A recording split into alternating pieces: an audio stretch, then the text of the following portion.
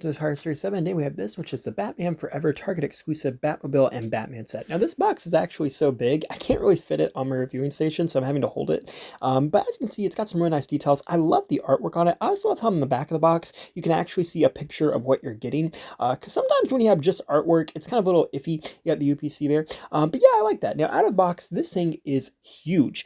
You have Batman there, which is really cool. And the fact that you get Batman included with the Batmobile for $20, this is some really nice value. Like, I feel like this is a great set for kids, but also from like a collector's point of view, it's so cool to see like a retro Batman Forever Kenner style Batmobile. I never had the original one because it came out like way before I was alive, so it's really cool to like own like a replica of this. And Batman looks great. You know, he very much looks like one of those old 90s Batmans. The emblem's nice. You can see a lot of details on his legs and arms. I like that. And he has a cloth cape, which I didn't expect.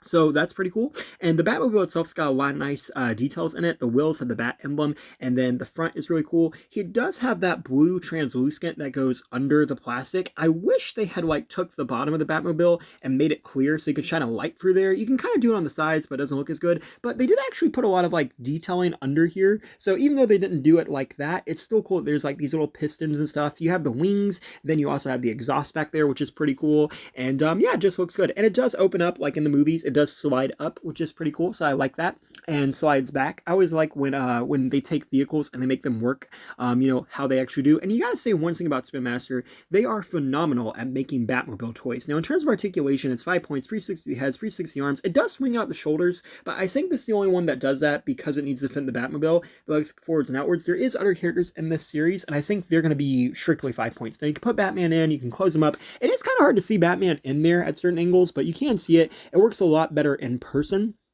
But yeah, now one thing that's really interesting too is this scales very nicely with the McFarlane superpowers. As you can see, Batman and Superman are essentially the same height there, and you can even put Blue Beetle in there. I don't know if you can put all of them in there because they all kind of like vary in terms of size. I don't actually have a Batman on hand at the moment from that line. Now here's a comparison with the Keaton Batman that Spin Master put out for the Flash movie. As you can see, this thing is a lot smaller. There's the Keaton from Batman Returns that they made last year for the anniversary. Again, smaller. So they're not going to scale as well with that, which is the only bad part about this new Spin Master line. I wish they had kept it all consistent and made it in this scale. But then again, it might not would have looked as nice. Like the 85 Batman looks nice, but he's still too small. Same with the Imagix one. It kind of fits in there, but again, it's way too small. But you could put him in there if you wanted to do it. But it is weird because, you know, Spin Master making the larger Batman, and again, like it would have been nice if they had just kept everything consistent. But yeah, it does fit in there. Same with the Imagix one. Now here's a comparison with the Keaton Batmobile. I always feel like the Keaton Batmobile was kind of small, but it is crazy to think that Spin Master has made this and the Keaton one, as well as the Robert Patterson one over there.